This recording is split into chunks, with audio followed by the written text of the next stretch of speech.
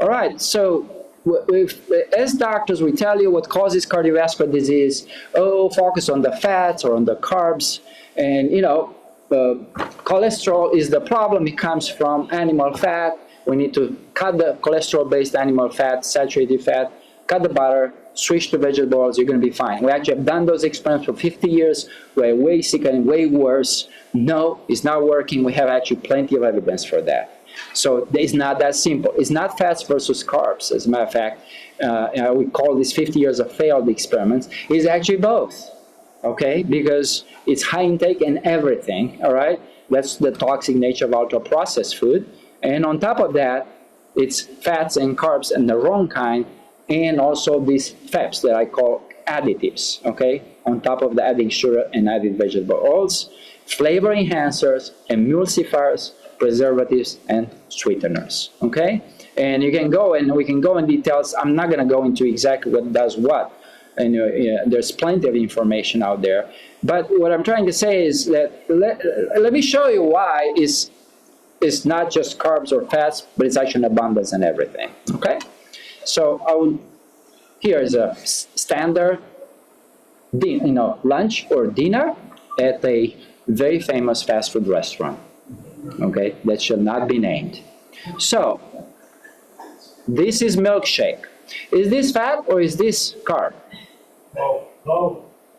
Okay, well, that's good. This is much better than 2 weeks ago when I gave this lecture. That's good. Why? Look, let's look at it. Why? Because the milkshake has got a lot of sugar in it.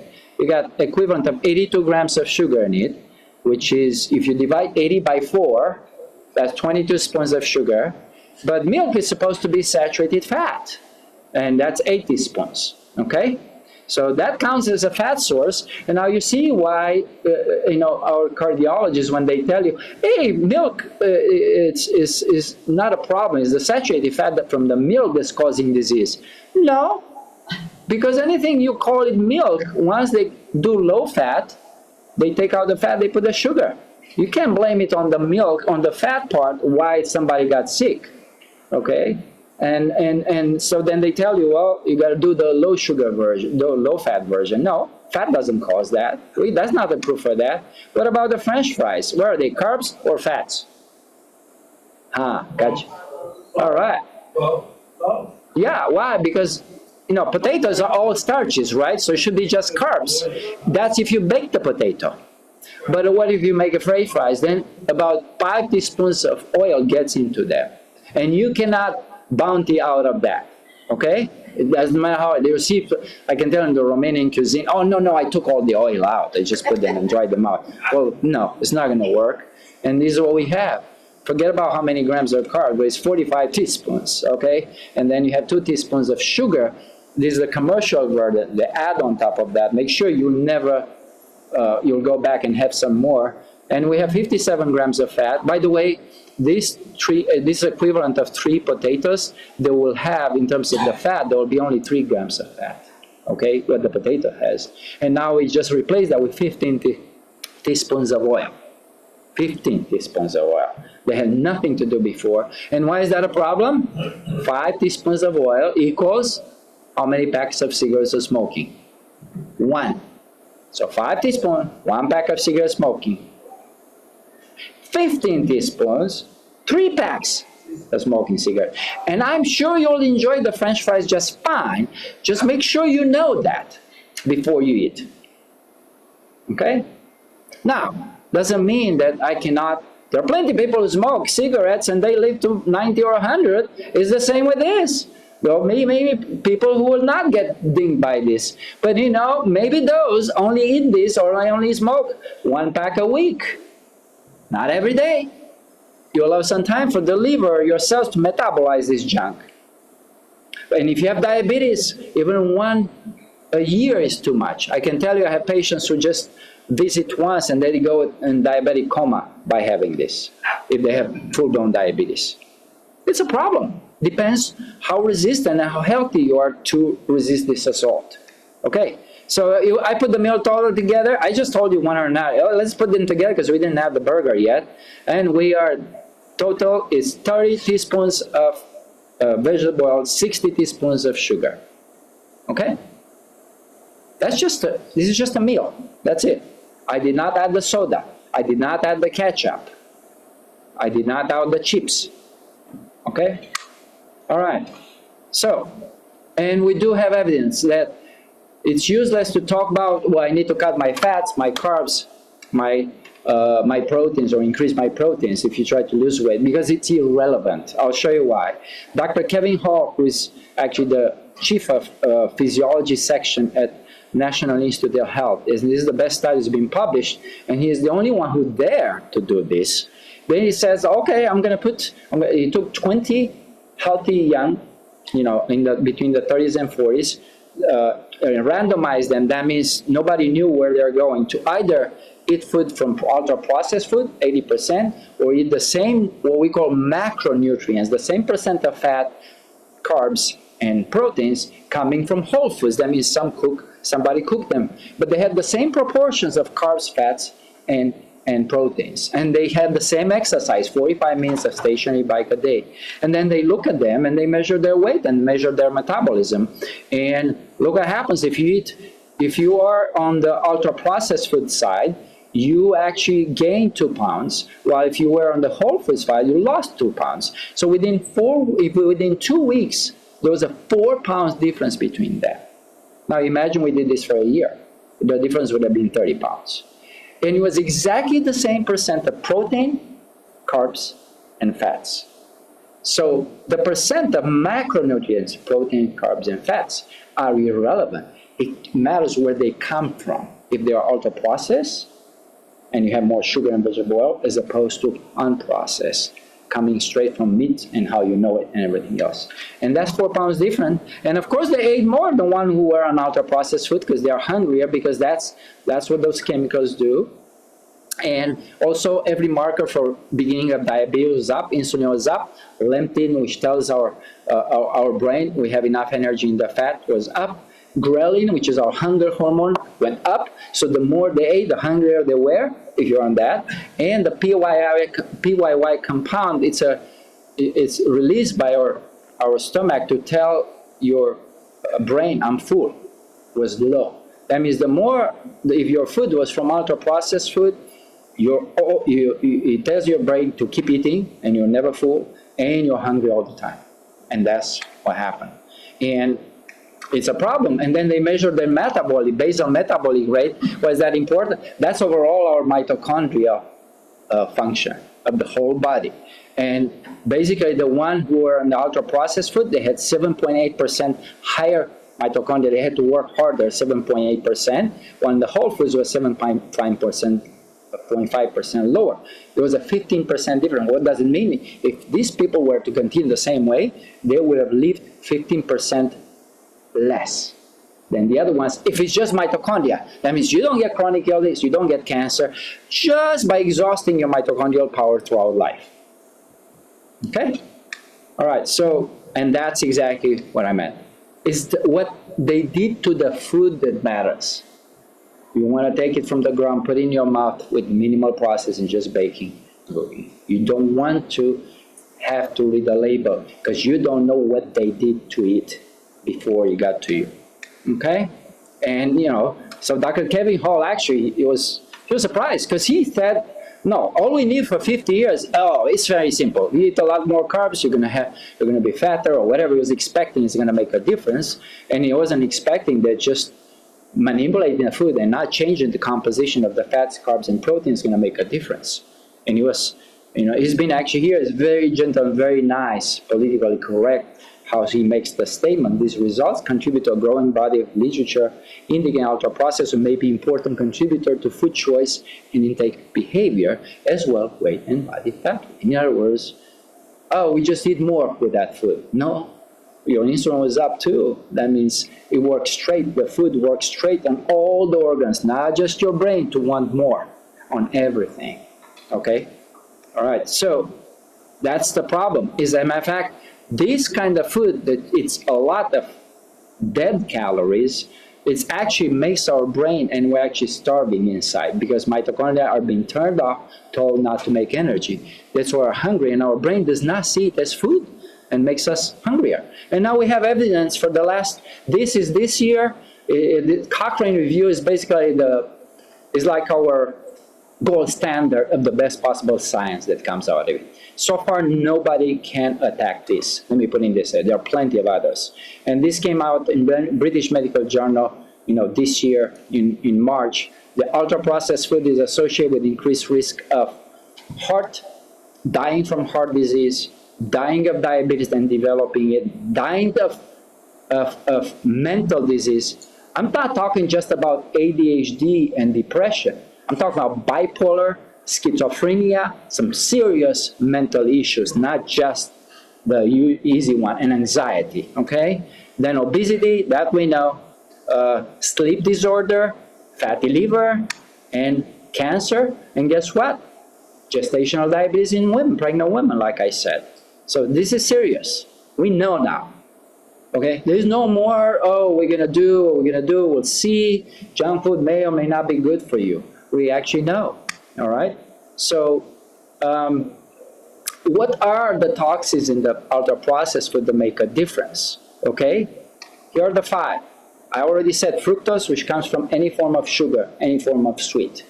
I know agave honey is the same problem, no difference. Because anything natural and unnatural amount is a problem. We're supposed to have that only seasonal at the end of the summer. Or we have it every day, 5 times a day.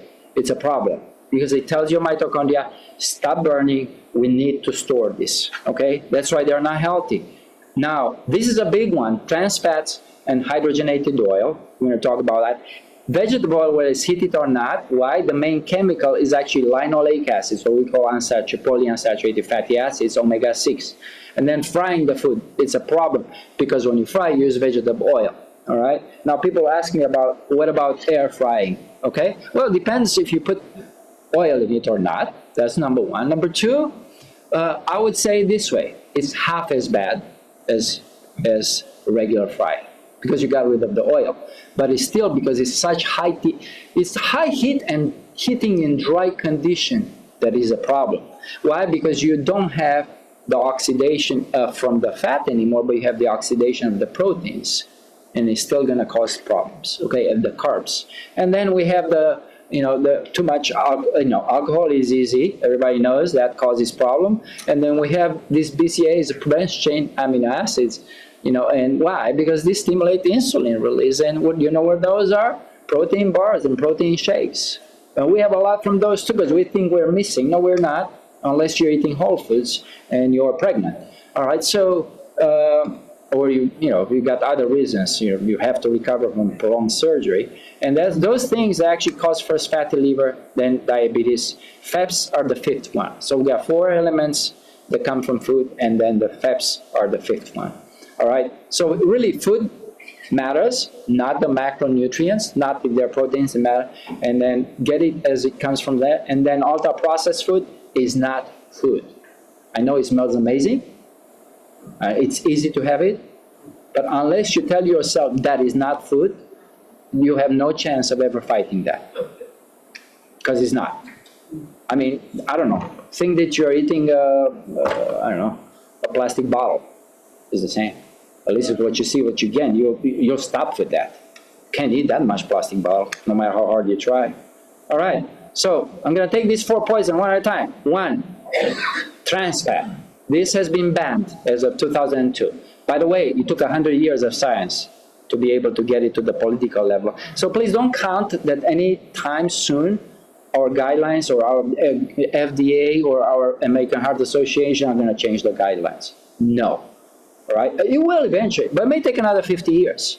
I mean, we knew smoking and cigarettes cause lung cancer for 30 years. It took another 30 years to convert it into a law, even to put a label on it that it's bad for you.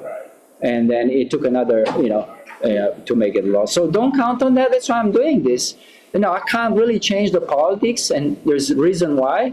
But bottom line is, even if we ban the trans fats, there's supposed to be 0 on the label. We still have this. You can buy it. And you can use it just fine. Crisco, great for cooking and baking. It's actually started in 1907. It was used as cotton.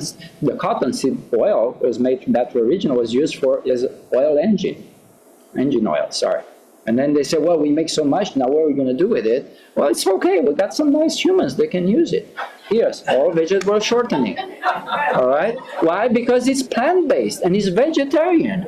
So you're going to live forever if you do that. Well, now we know. Actually, you won't. It's toxic. Shortening shortens your life. Okay? All right? And the way you know, you're not going to see the buzzword trans fats anymore. You see? It says trans fat 0. You're going to see, though, fully hydrogenated palm oil, partially hydrogenated oil. If it has the keyword hydrogenated, why? Because all you need is to heat it up. They're correct. There is no trans fat if they're at that level. But it's like all it needs, that means it's half transformed. All it needs to heat it up and melt that, and then it converts in full trans fat. Okay?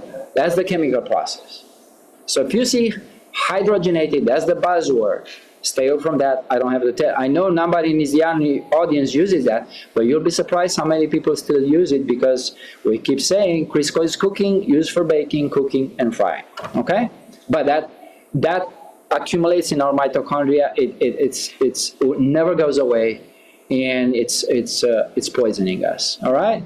So then the second mechanism that we need to know about, second toxin, is sugar. And I talked about this in the past. Why? It tells our mitochondria, stop burning the food. We need to store. Winter is coming. From now on, everything I give you, you cannot make energy. No, you need to store it. All right? Instead of burning, we store it. It tells mitochondria to do that. We actually know exactly the mechanism, the pathways. It's been published. You know, nobody ever talks about it from the guidelines. That's exactly that it does. And then, instead of burning we start storing, and then imagine that suddenly in our house, we never burn anything when we're supposed to make a fire, but we keep cutting the trees and we keep posting them outside the house and inside the house, but we can never use it. It'll be cold in the winter, and also at one point we choke, can't get out of the house, okay? And that's exactly what happens to the cell. And then once we have the storage problem, that activates the insulin, the main storage hormone, and then pancreas and liver will keep playing this game forever. All right, gain more weight, you release more insulin, you eat more, you gain more weight, you use more insulin, you gain more. And so instead of doing a burn and repair, what glucose will do for us as opposed to fructose, and then regenerate our mitochondria, that's called mitophagy, all right, then we actually store and we get rusting inside and inflammation. And this, I always say, this is the difference between pre-dead and pre-diabetes. The one on the left, who only eats twice a day with whole foods and actually takes a break for 8-12 hours not to eat at night, so the mitochondria can recover and our brain can recover, and it does the exercise to eat all that energy that we just had, it's going to be pre-dead, and it's going to take their sweet time to die by age 80, 90, 100, 120. But the ones who are not doing that and they eat the wrong stuff that blocks our mitochondria, we're on the way to pre-diabetes, and then the rest that comes with it. So the difference between aging slowly and aging faster and miserably, and right now 25% of our kids do that. 1 out of 4 kids are doing that. They're just protected a little bit by youth. The rest you just give time. All right? So, and we know it makes a difference, and this is a problem because Dr. Lustig has shown that if you replace the fructose from these kids who have prediabetes or type 2 diabetes and they're obese and they have fatty liver and high blood pressure, if you just replace the sugar with just still junk food, just starches, then actually within 9 days they lose 20% of their fatty liver. The insulin goes down, blood pressure goes down, triglycerides go down, and the bad LDL cholesterol goes down. Just 9 days. So if you come off it for a whole month, it can actually have a huge impact on your immediate metabolic health. Huge impact. So sugar is a problem, and that's what he says. Sugar is is actually number 1 killer, not only in this country, in the world right now. There's no doubt about that. Okay? Now we have third molecule or poison that we have introduced, and it's because we have an evolutionary conserved survival mechanism for that.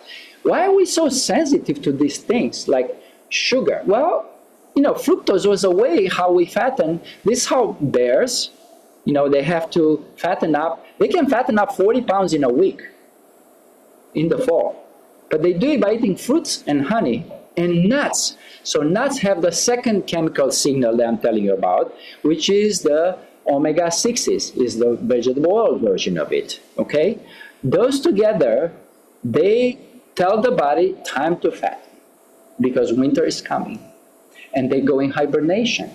Squirrels, they change what they eat to nuts right before and when the fall starts. And you'll see them, and that's why they start preserving them, hiding them, because they know that's what they need so they can survive the winter where food is scarce, okay?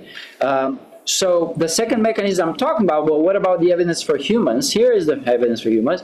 We used to, up to about 10,000 years ago, we used to have them only from grains, nuts, and seeds. And they're loaded with this because this is how, what, they need to store energy so the plant will grow one day. You know, that's what's for plants.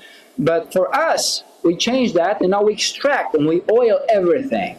Oil extract from everything. When we do that, it turns out that the omega-6, which is linoleic acid, it's also the main compound that we make our own marijuana that stimulates our brain to want to eat.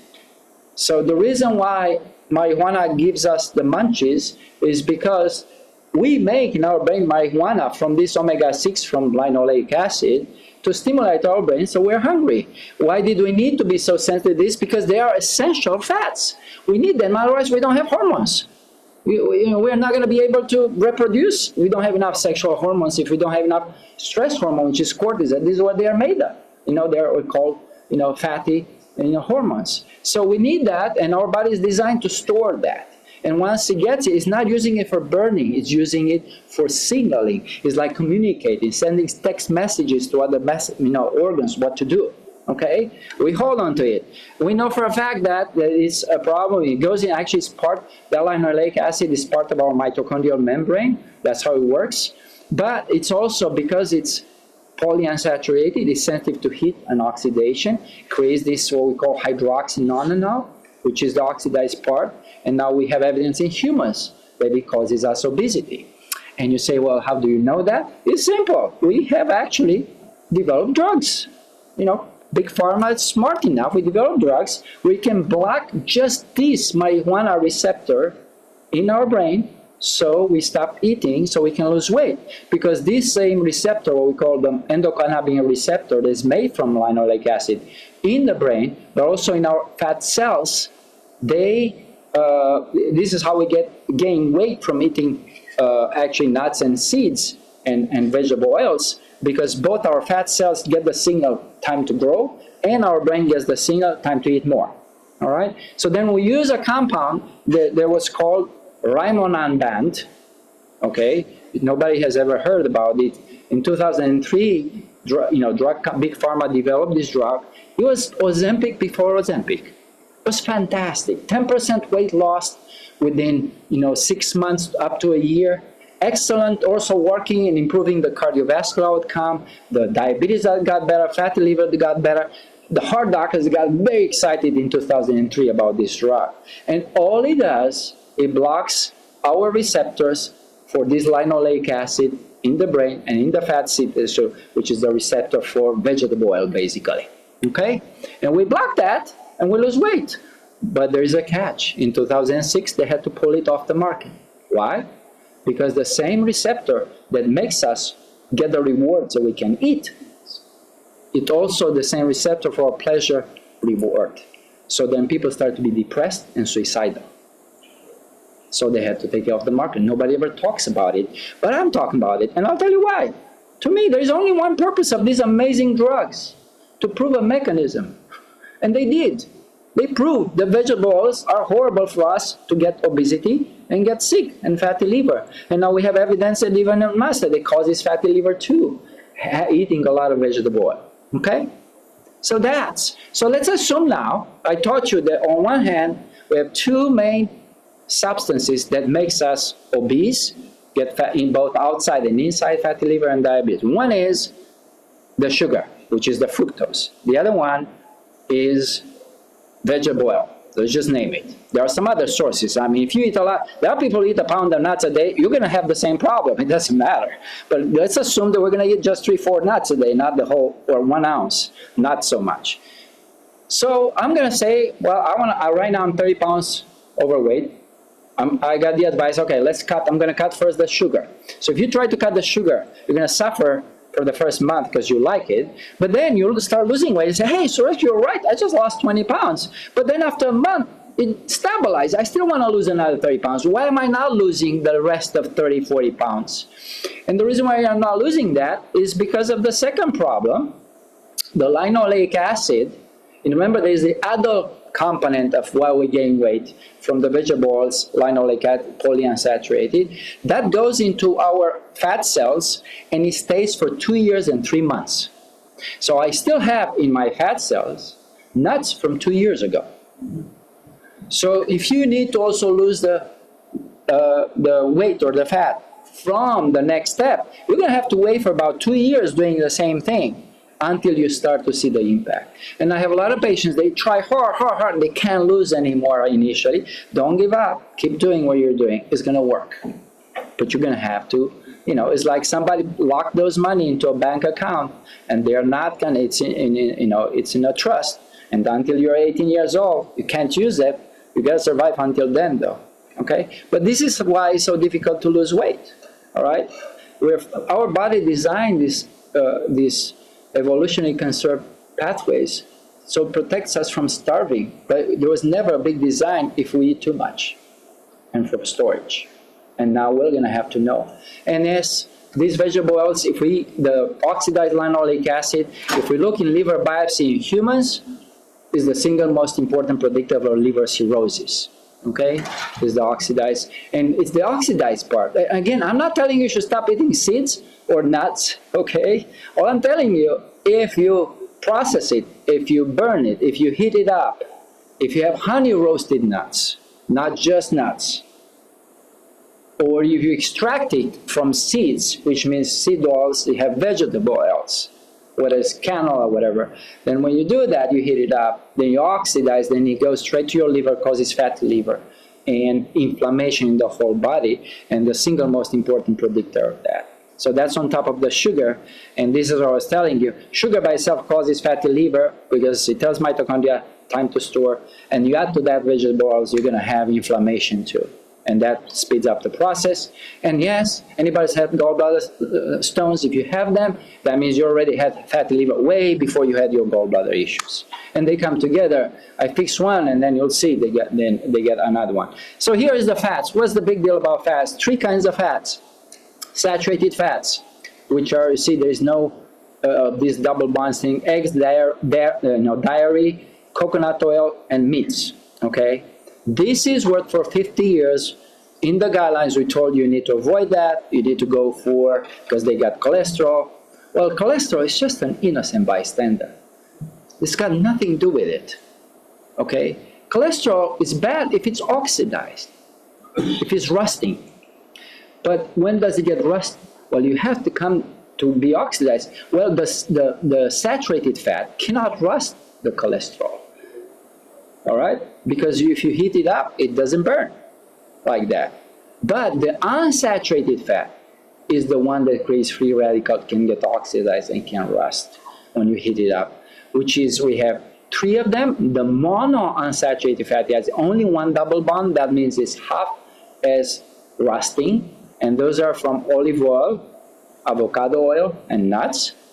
That's why we say olive oil and avocado oil are better, because they have this monounsaturated omega-9s, but they also have 15% of this one, omega-3s and omega-6. Now, these polyunsaturated fats, that means they have 3 bonds versus 6 double bonds. The more they have, the omega-3s is the position. Actually, omega-3 have 6 double bonds and omega-6 have only 2.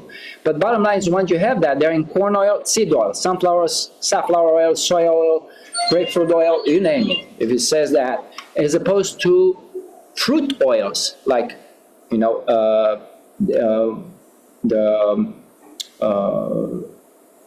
avocado or olive oil, okay? Now, omega-3s and omega-6, it's an yin and yang relationship with our body. The omega-6s are essential because, you see, we get this, what I call the arachidonic acid, I told you, creates our own marijuana for pain receptors and food. It's important for fat storage, for inflammation, for cortisol, sex hormones, you name it. The omega-3s are important for our brain and cardiovascular health, so we don't get heart attacks, okay? It's extremely important. It's actually, both of them are part of the mitochondrial membrane and important. The catch is that, the catch is when you heat them up. So actually both omega-3 and 6, so if I were to fry my fish, even their most loaded omega-3s, which are extremely helpful otherwise, once you convert them just like omega-6 into oxidized compounds, and this is what when we measure it, this is just oil per se, we don't even put any food in it. These are like 12 different kinds of oils, and you notice that this is a baseline, this oil is already oxidized, that means it has not been heating. We should have zero of these alkanols. Alkanols are basically trans fats. So you already have trans fats in them. I don't care what they say, this has high melting point, it doesn't matter, when we measure it, we find it. There's not supposed to. But then when we heat it up for 30 minutes, nightmare, 10 times higher. And indeed, if you look at the olive extra virgin oil, these three round squares that I put here, you see it's only half of the others. That's actually the olive oil. So it's half as bad if you heat it up, but it's still not good. So use your olive oil or avocado oil not to heat with, just to cook, you know, and maybe stir fry a little bit, but very briefly, okay? So, and that's why, because you see this double bond that from unsaturated fats that converts into trans fat, that's a problem. So burning the saturated fat is neutral. That's why it's okay to burn with butter, it's okay to burn with lard, but it's not okay to burn with vegetable oil, okay? Or any oil, period. If it's liquid oil, with rare exception, maybe coconut oil, if you have a good source, because that one you have to read the label depending on what country and how it's done. If it has the word partially hydrogenated, it could be bad coconut oil just fine. And it's hard to know the source, but I'm just saying it, all right? It's supposed to be cold press oil, all right? And you know, sugars and vegetables are actually the #1 problem in the last 50 years why we have issues. You see how it correlates with obesity and diabetes and cancer. It's the consumption of vegetable oil, remember, until 1900s, which means 19, you know, I think 17, when Crisco introduced that vegetable oil, we never had it before. I mean, that means for 6 million years we never had it before. In the last 100 years, we have it. We have every single condition that keeps going up. We don't know why. And we completely ignore. And we call it because it's vegetable, and from plants, it's healthy. And I can only say, well, you know, the big industry, you know, food industry is going to tell you something. The guidelines will tell you, oh, you have no evidence vegetables are bad for you. Well, here's the deal, okay? We have done what you told us to do, okay? We're actually doing it. We have increased our vegetable oil from nothing to whatever it is, and we are sicker than ever. I don't care what version. We have done the experiment, has failed. It's not working. If it were working, I would never start talking to you about this. You know, I would rather all enjoy our salary, just nice. Okay? So no, it's not. Doesn't work. And you know, it's sugar in which is, you know, there's supposed to be about 4 teaspoons or 24 grams a day. That's what the American Heart Association recommends for a woman. For a man, teaspoons a day. Current intake is 90 grams a day, which is 90 pounds a year. And you can have actually this about 3 or 4 times. It's actually more times. It's just from any coffee that is not black, from Starbucks or Dunkin' Donuts. And you say, well, I don't really go to Starbucks, Dunkin' Donuts. All right, you get this. It's the same. No difference. And then we look at the vegetable oil and you say, so let me explain you the story of this vegetable oil. It's really what we call PUFA, it's polyunsaturated fatty acid. I told you there are 2 kinds, 6 and 3s. They're both essential in low amounts. They're both toxic if we heat them up. Very simple. So you heat them up, whether it's the fish, all right, I'm talking about baking, it's okay, I'm talking bake them at temperature of 325 degrees or less with a lot of lemon that protects the omega-3s. or you can, if you like the meat, you can use vinegar, okay? But, so omega-3s are healthy provided that you can ingest them without frying them. Now, omega-6s, they're also healthy in low amounts. It's supposed to be just 2% of our calories intake. Just to have an idea, they'll be equivalent maybe about 1/3 of an ounce of nuts a day. Okay, everybody knows, first of all, you have some nuts, you'll never have 3 nuts. Okay, all right. Okay, just nuts, and this is the healthy version. Okay, all right, so, but we have too much in every which way. And what happens is, why? Because once we have too much, then we get inflammation. The same compounds, they're essential. Then we make our inflammatory substances from it, okay? So it's funny because even the names are, the name for the omega-6, which is pro-inflammatory, is linoleic, while the name for the omega-3, that's anti-inflammatory, that you create the others, is linolenic. You just add an extra, N here. Anyway, one is anti-inflammatory, one is pro-inflammatory if you have too much, but both of them are bad if you fried it, okay, in vegetable oil. So as I mentioned, so you like to have a ratio, apparently up to about 100 years ago, we used to have a ratio of 4:1. That means ideally you want 1:1. It's 1 gram of that, 1 gram of that. That will be if you eat whole foods and fish equivalent. Currently we are 20:1. What does it mean? Whatever we eat in terms of our vegetable oil is 20 times more towards inflammation, diabetes, and rusting in our cells than not, because the other guys protect. So that's big. Now, the American Heart Association recommends 5 to 10%. Really, we only need 2%, although it's not even clear if we need that much. Why? Because what I tell you, I ate nuts today. How long they're going to stay in my body? 2 years and 3 months. That's exactly 680 days. That's the half-life. That means in 2 years and 3 months, we'll go to the half of what it was to begin with. It takes to completely get rid of that, takes 4 half-lives, which will be, if you multiply 2 years by 4, 8 years. So take my word back.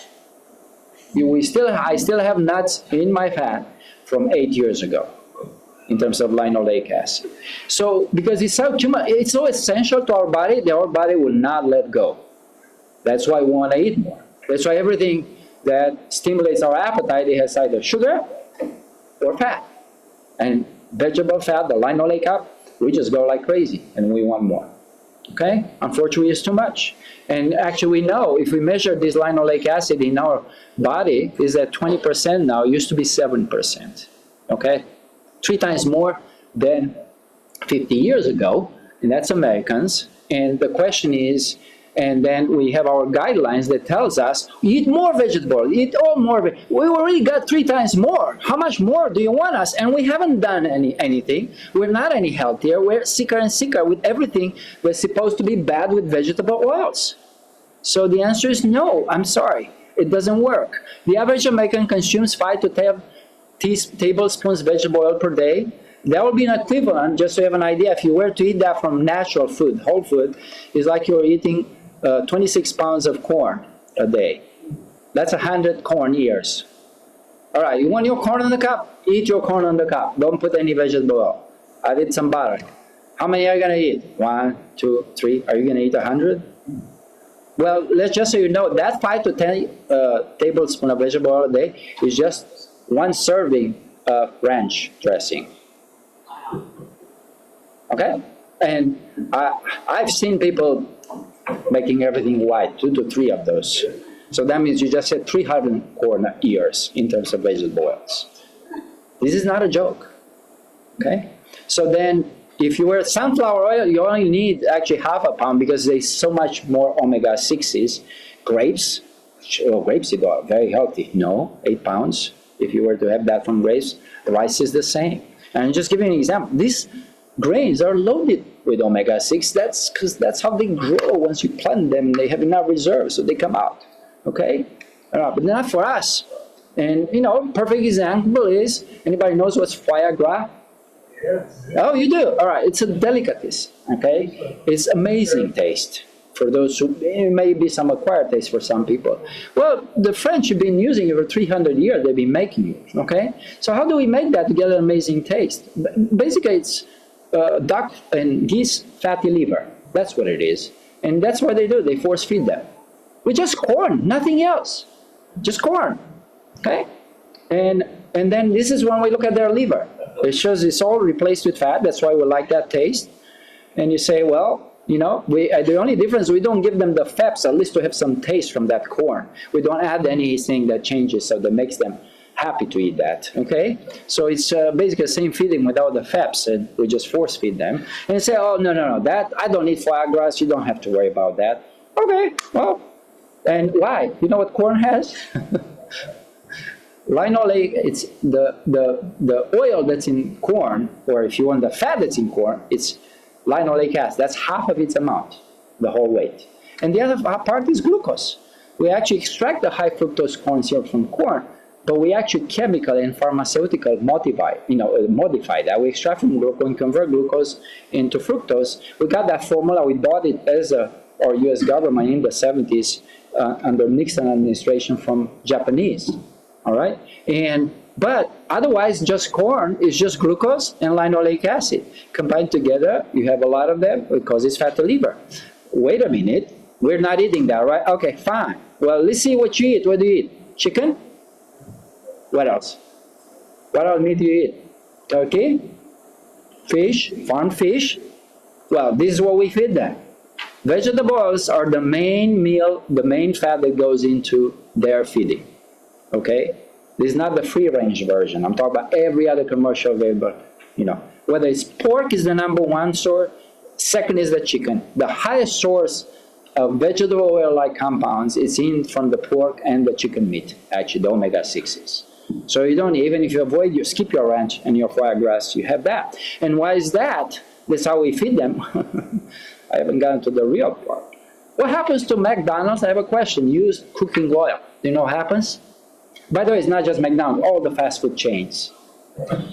What doesn't get made into biodiesel gets sold to animal feed companies, and they mix into animal food blends. That's the fat that goes into in our pet food. If you don't know why your pet is sick, it's got oxidative feeling, you're giving them French fries every day. But it is the French fries that have been using the same oil that's been used about the whole week, 10 times. All right? All right? And it started, and if not, it started as a restaurant cooking oil. Well, because USDA and is recognized the fact that vegetable oils and partially hydrogenated oils, aka trans fats, have been deemed as safe ingredients in the animal food industry for decades, and we are glad the FDA recognized the fact in its final determination today. So that's how our animals are fed, and we eat those. Okay, and there's nothing wrong if I'm hungry, I haven't eaten for a week, and I can't afford. I get it. Just know that you gotta try to minimize. But if you're not, and you have a choice, don't. All right. And here's what vegetable oil is our problem, because the way you make your beef tallow, or called the beef fat or the lard, you just take the fat, you warm it up, you collect it, you let it cool down, done. Okay, that's saturated fat. For the oil, whether it's canola or olive oil or any kind of, not olive oil, that's supposed to be cold pressed, you have to degum, which is heating oil once, then you refine it, you heat it with, mix it with chemicals, then you bleach it, go through a bleaching plate, then you deodorize. Now that final deodorized step is very important, because otherwise it will smell just like engine oil. But that part, which is the final, which is heat at 500 degrees Fahrenheit, basically has been, for your convenience, pre-fried for you. That's why just not heating it doesn't mean anything. Okay? So, and you don't know why it has also glyphosate residue and is not tested for that. That's why we have issues. And once you oxidize, you convert that, what used to be essential fatty acids, polyunsaturated, into a problem. And this just shows you different seeds and different, sunflower is the worst. By the way, Romanians are big with this. This is how I grew up, on sunflower oil. Romania is the one almost the biggest sunflower oil provider in Europe. It's a big deal, but it's actually the most poisonous in terms of omega-6. Soybean yield is the next, 50%. Corn is next. Sesame, no, we're not doing any better traditional Asian, oil either, or soybean. Soybean oil is also in the, where is that? I hear patients, everybody's worried about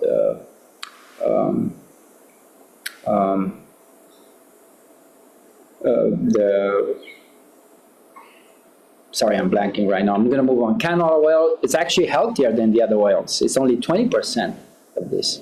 But again, what's the problem? 20% from a lot is still a lot because it's oxidized. That's how they made it. Olive oil, you say I start to change the color towards green. It's better, but you still have 15%. That's why you can't use it to fry with it. It's not any healthier. Palm oil, pork lard. Pork depends. If the pork was free-ranging and didn't eat the food, then that's a different story. Otherwise, it has that 15%. Now, the healthiest, if it's good quality, butter, coconut, and beef tallow, if you want to fry with it. Or coconut oil will be good as long as you have a good source. But I want to show you, this, and we can all argue about one or another, but we've done the other version, and we got 6. I would like for you to try the others, if you were to try any. And these are choose wisely healthy fats for heatless cooking, cold pressed, organic and raw, olive oil, avocado oil, coconut oil. For cooking with heat, it's actually better to stick with animal fat. Tallow, butter, ghee, or lard. Okay? All right, at least it's saturated fat. It's I hope we got that going. All right, so what about veggie burgers? Healthy for you. Huge politics and huge economy behind. I mean, it's the same story with Crisco vegetable oil, okay? Not tested, proven because it's plant-based, that it's going to improve the environment and it's going to improve our health. And the answer is we have zero evidence for that. I am suspicious of anything that it says from now on plant-based. Okay? I'm very suspicious. And here I picked a nice version. If I were to eat one, I mean, it depends on the damage. You have to, limit the damage. So look, the avocado oil version, because again, avocados are fruit oils, and they only had 15% of those omega-6. It's healthier than if you have to have, or coconut version will be the same. And indeed, and I'm going to show you the numbers, how it looks like. So this doesn't look bad. I'll show you the numbers. All right. But let me compare, if I have a choice, a nice, steak. Filet mignon or whatever you like. I don't care, New York, straight. And it looks, I'm comparing the numbers here so you can see, all right? Here is total fat. Let's read the labels. Total fat in the Beyond Burger is 22 grams minus, remember, look at what's not on the label. So get rid of what's on the label. 22 grams minus saturated fat, because that's neutral. It's how many grams? 22 minus 7, 15. 15 divided, and then I'm going to subtract the monounsaturated fat, which is 9, because that's okay, all right? So then we have polyunsaturated fat. Actually, they're honest here. They tell you how much polyunsaturated. It's 4 grams, which is 1, teaspoon of oil. So I still have 1 teaspoon of oil here. Not bad, all right? Then let me see how much of that oil, vegetable oils, I have in my meat. Polyunsaturated, 0.48, 10 times less, all right? And beef, even if you feed them the wrong food, actually they have 2 stomachs. Their bacteria metabolize those omega-6, so it's very difficult to get rid of the beef with a high polyunsaturated fat. So not that everything about meat is good. All I'm saying, if I were to look just at the omega-6 perspective, polyunsaturated fatty acids, beef meat is by far the best meat. What other? In other words, the ruminivores. And then what if I use the other plant-based one, the one that it says no soy, no gluten, okay, but it's got canola oil is made from, because they come in different blends and different versions. And then, well, how much does this have?